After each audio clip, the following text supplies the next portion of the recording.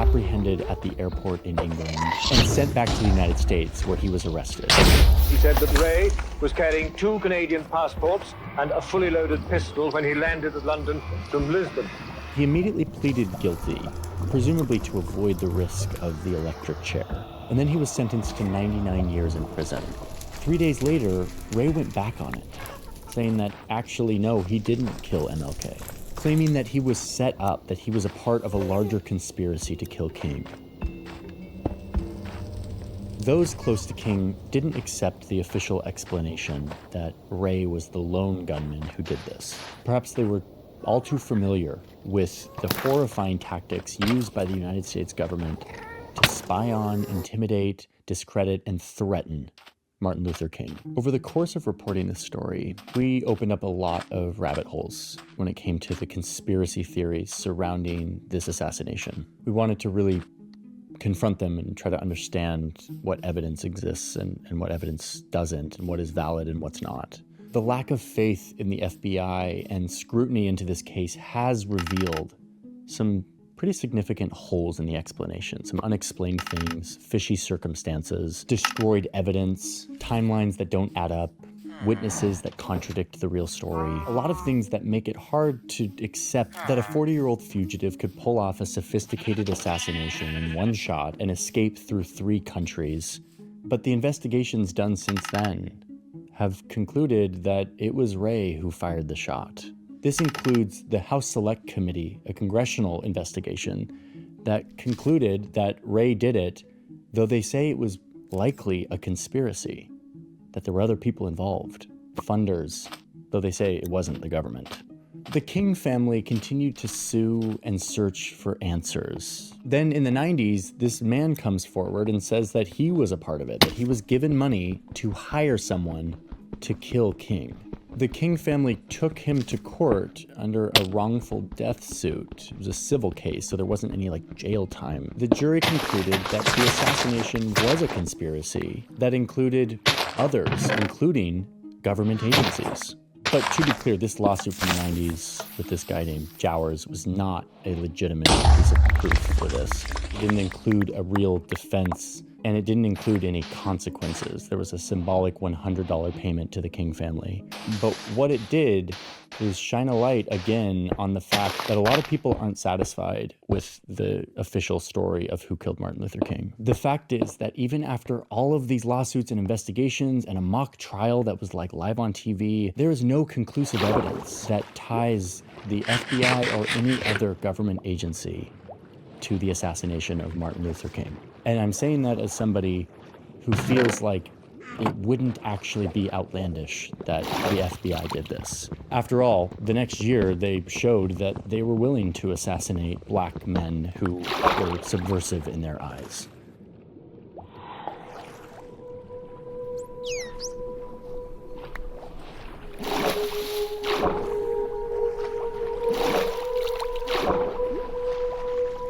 We know that there were threats on King's life that they did not share with him. We know that they didn't insist on protecting him the way that it is their obligation to do so. One of the only reasons to have an organization like that is to protect people who are subject to secretive threats and conspiratorial action. They didn't do that.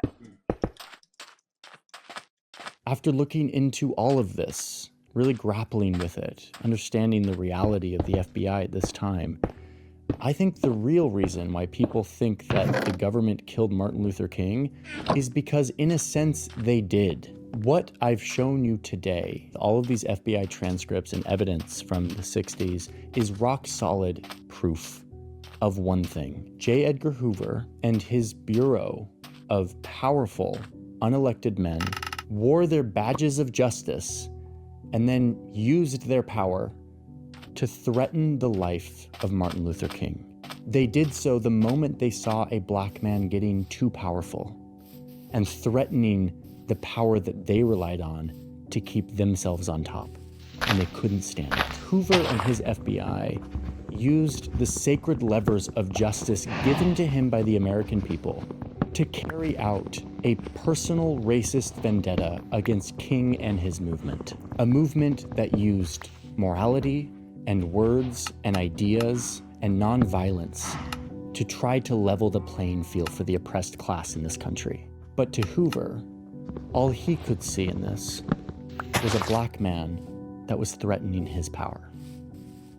I would say that the FBI certainly did, help to set the atmosphere around King, that he was someone who was dangerous and who was trying to destroy the country, to help solidify the way public would turn against him. Not only did that congressional report find that racism was rife at the FBI, but they also note that the FBI's campaign against Martin Luther King didn't end after he died. When Congress was discussing whether or not to make MLK's birthday a national holiday, the FBI sent people over to lobby the Congress to vote against it. And luckily, they failed. Today, here in our nation's capital, between Thomas Jefferson, Theodore Roosevelt, and Abraham Lincoln, King has been resurrected in granite, 30 feet tall, a stone of hope that is breaking through a mountain of despair.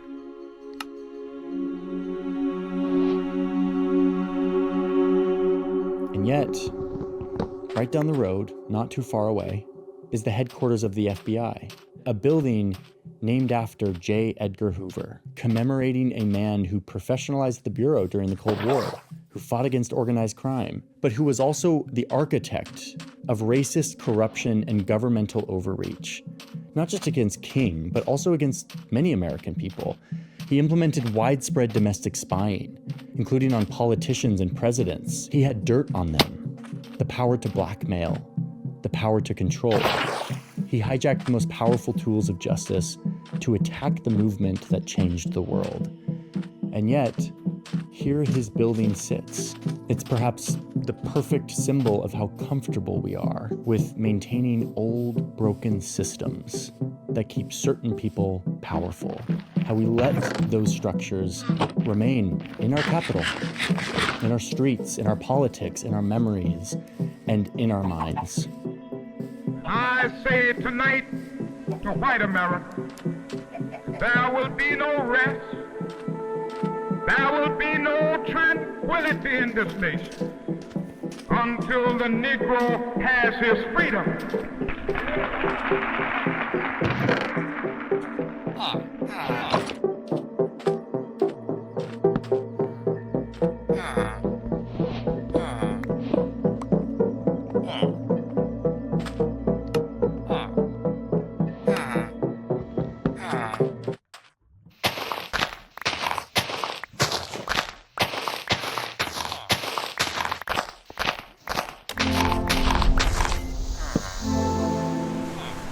This continent has some of the most dramatic landscapes on the planet, from the ocean shorelines to the alpine mountains and the sandy deserts.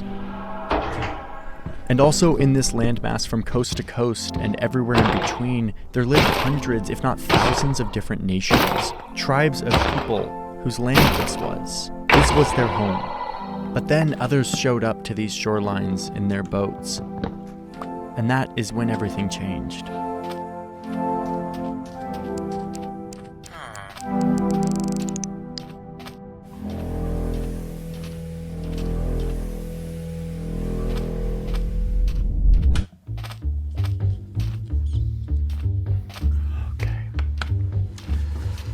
In the spring of 1803, two American politicians visiting Paris closed the sweetest real estate deal they had ever seen. With the simple stroke of a pen, their country doubled in size, all for just $15 million.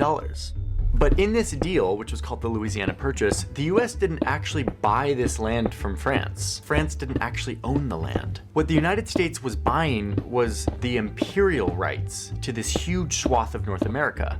This basically meant that France would stay out of the way and let the budding new empire, the United States, colonize it without interfering. If the United States really wanted ownership over this land, they would need to get it from the people who were here first, which at the time was lots of different native tribes. These are the people who had been here for thousands of years, way before Europeans had the idea of leaving their continent. And this land that the US just bought was theirs. Oh, and this isn't just me, like some modern enlightened person looking back and judging the United States at this time. The US knew that this wasn't their land and that they were going to have to buy it from the people living there. And their big plan was to do things differently, not like the old imperial powers that they had just broken away from. In fact, George Washington was, quote, determined that the US government's administration of Indian affairs shall be directed entirely by the great principles of justice and humanity. Go USA, let's do this in the right way. So instead of conquest, they would negotiate and sign formal treaties with these native nations. Then they would pay them for their land, fair and square. After all, this was a country whose founding document highlights justice, tranquility, welfare, and liberty. In our series, How the U.S. Stole, we get to see how the U.S. grew from a group of English settlers to a global superpower. But none of those stories would exist without this one. The origin story. The first thing that the U.S. ever stole. So Europeans are pouring into this newly formed country, the United States. And the government is making deals and signing treaties with the tribes, allowing these newcomer immigrants to settle on their land. At first, this is a fairly peaceful transactional process. The US would offer food, farming equipment, cash, the services of a blacksmith, all in exchange for ownership over this land. But unsurprisingly, a lot of these tribes had no interest in moving out of their ancestral lands in exchange for, like, farming equipment. And this is where all of George Washington's ideals of justice and humanity really start to dissolve. The US was becoming a more powerful nation. They needed more land for their booming population. So the impatient settlers and their government started playing dirty. The westward movement was like a great tidal wave. You start to see what happens when these tribes say no to the newly powerful United States. In one instance, one group of tribes up near the Great Lakes didn't want to sell their land. They told the United States that this river would be the border and to not cross it, to stay off their land. The US said no, and they took them to war and lost twice. But on the third time, they won the battle and forced the tribes to sign a treaty giving away all of this land, basically all of present-day Ohio. Something very similar happened down here when the Seminole tribes refused to leave their land. The US military came in, another war, killing thousands, forcing the tribes to sign a treaty and pushing them into the swampy interior of the state, where they had no access to their farmland or the ocean. Down here in what was becoming Alabama, the Muskogee Nation refused to sign a relocation treaty, but not wanting to go to war, agreed to sell a portion of their land in return for a guarantee that they could keep the rest. And the United States agreed, and they actually did. And the Muskogee kept their ancestral lands forever. Womp womp, no, that didn't happen. 4 years later, a bunch of white settlers moved in, boxing the Muskogee out of their ancestral land. As tensions grew because of this violated agreement, the US military was called in to force the Muskogee out of their lands. No treaty was ever signed. I mean, the shenanigans ranged the whole gamut here. They would get tribal leaders drunk to trick them into signing this paper that gave them all the land. They would appoint random people to be the tribal leaders and then tell them to sign away the land for the whole tribe. In another conflict, the Sioux and Arapaho nations defeated the US military over and over until the US finally signed a peace treaty acknowledging their land. And they were safe.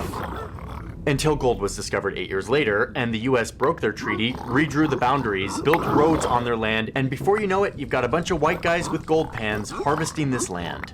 Treaties and justice be damned. Eventually, other tribes caught on to what was going to happen, realizing that refusing the US government would mean violence.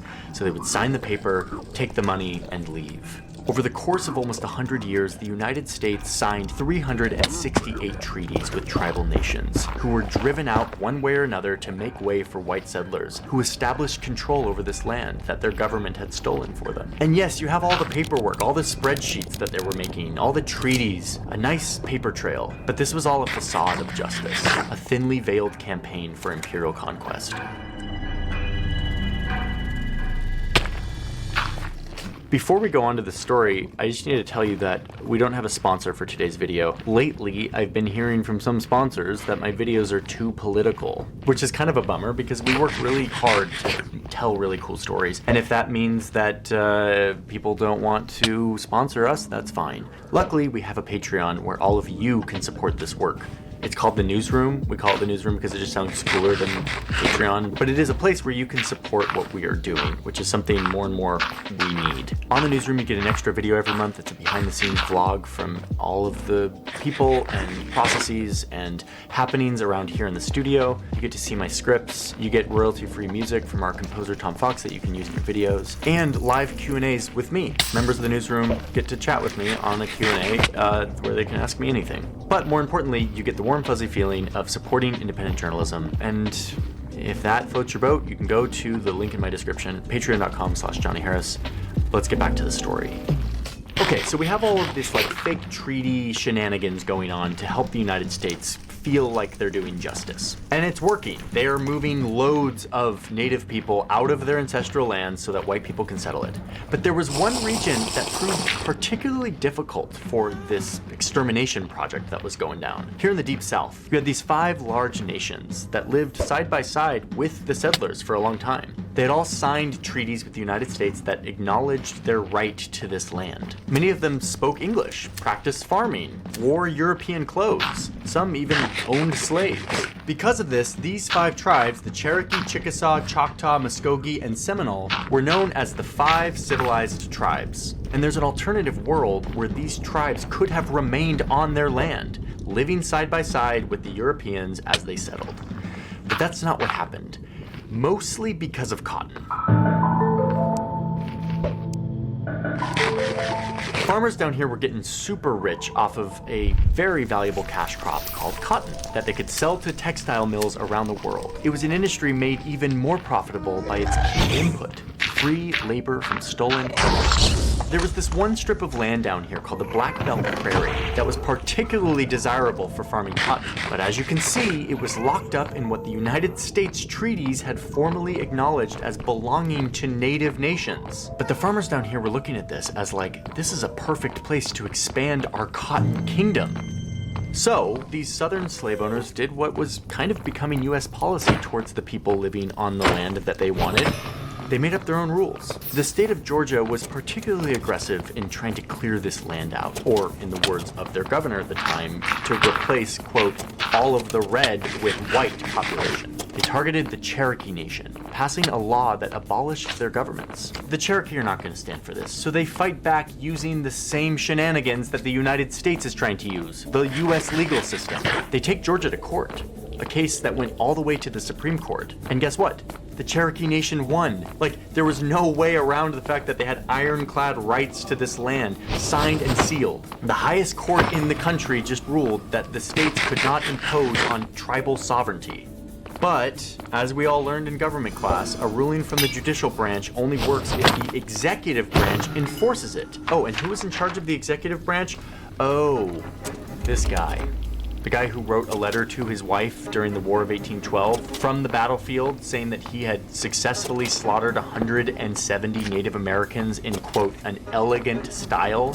Oh, and the guy who's on our $20 bill? Yeah, him. Andrew Jackson thought that negotiating treaties with the people who were living here was a ridiculous notion. So he looks at the Supreme Court ruling that validates the Cherokees' right to their land, and he literally responds in the snarkiest way possible, saying, "The Chief Justice, John Marshall, has, quote, made his decision. Now let him enforce it." No, he was not going to enforce it. Jackson had a different plan in mind. It came in the form of a new law that he pushed through both houses of Congress. His whole worldview towards First Americans embodied in a piece of American legislation, the Indian Removal Act of 1830. This law used taxpayer money to get tribes out of the United States and to relocate them to an uninhabitable place that surely no American settler will ever end up. The Great Plains seemed an inhospitable land to people familiar with the eastern states and of Europe. This became their dumping ground, and it came with a promise. Move here and we will never mess with you again. And what's crazy to me is that even after all of the shenanigans, all the facades, they continued to play this charade, saying that the nation of Indians may choose to exchange their land where they now reside. The law says that the government had to negotiate these treaties fairly, voluntarily, peacefully, and that the government would, quote, forever secure and guarantee them their new land, and that they wouldn't break any of the pre-existing agreements that they had made in previous treaties. But no, this was just more pretending. a paper trail of pretend humanity. Just as Andrew Jackson had ignored the Supreme Court ruling, he had no intention in following the law that he helped create. But he kept up the ruse. More documents, more signatures, more paper that made these civilized, justice-minded people feel like they weren't orchestrating a mass ethnic cleansing, sanctioned by the government, paid for by taxes, but they were. So this law is implemented, and the United States government, military, and even private companies start to ramp up their removal efforts of first Americans. They focus in on these 5 tribes that were sitting atop the land that they wanted for their cotton empire. More bribes, more pretend negotiations, and when push came to shove, more threats of violence. The Cherokee eventually signed a treaty agreeing to sell their last portion of land, and they moved west, out to their little rectangle of land that had been allocated to them by the government on maps. The only problem was that the leader who signed the treaty on behalf of the Cherokee people was not actually the real leader. They had no authority to make this decision. The Cherokee chief furiously protested this, but the US didn't care. They had their signature from someone. In their eyes, all was justified. Between 1831 and 1838, nearly every member from the 5 tribes was expelled from their land. 100,000 people, whose home this was, now forced to walk by foot for more than 1,000 miles through brutal weather and terrain towards a little box on the map. A place they had never been before. The Cherokee would eventually call this journey the Trail Where We Cried, or the Trail of Tears.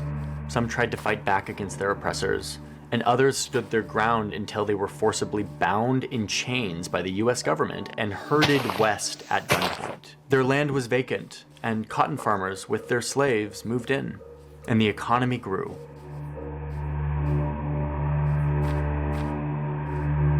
We'll never know how many people died during all of this, how many lives were really destroyed. Some people say 3,000, other estimates say 15,000, but you don't need those numbers to see how destructive this was. It was systematic, it was documented, and it was enshrined in law. We have a paper trail of all of it, showing the receipts, the payments, the treaties, the bureaucracy of it all. It's like a bunch of spreadsheets from the 1800s. American settlers, in an effort to be different from the old world empires they fled, ended up carrying out the first state-sponsored ethnic cleansing. There's a reason why Hitler, 100 years later, references this exact event, this process, when he was carrying out his own ethnic cleansing. He said that the Volga, which is a river in Russia, would be, quote, our Mississippi. He said that Europe, not America, would be the land of unlimited possibilities.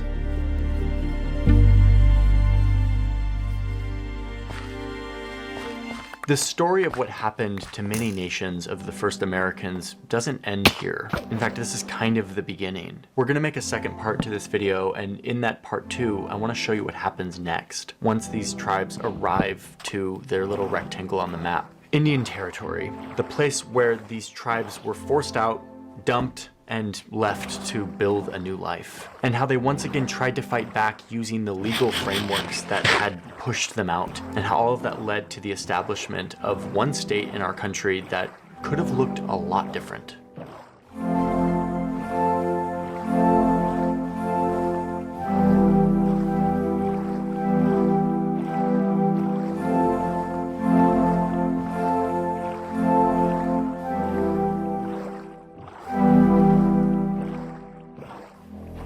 Hey, thanks for watching this video. I need to tell you about something. We have a poster. I finally have a poster. I've been dreaming about this poster for a very long time. All maps are wrong, and indeed they are. This poster shows dozens of map projections, all the weird quirky shapes that you get when you try to map a sphere, which is what our globe is, onto a piece of paper which is flat. It is available right now. You can go buy it, and doing so supports this channel, but it also gets you a really sweet poster. We printed it on really nice paper. I spent a very long time nudging every one of these maps. I got help from some of my best friends and designers, like Becky from Becky and Chris is like a really good graphic designer. I literally sent her the Illustrator file and I was like, hey, can you like do this? And she was like, I got you. So she made it better. Anyway, it's a fantastic, cool thing, and I'm really excited about it. So link in the description. We also have a big thing going on over Patreon. A few thousand people are over there supporting us so that we can make something I am very grateful for. So that's patreon.com/JohnnyHarris. What else do I need to tell you about? Maybe things like LUTs and presets. We use LUTs to color our videos. If I don't put my LUT on this video, it looks like this. Yeah, really bad. So we worked with a professional colorist to make this LUT so that our videos look like this, and it's much better. So we do that also for photos with presets for like Lightroom and stuff. Those are available in the description. The startup that I founded a few years ago is still cruising along. Bright Trip. We're just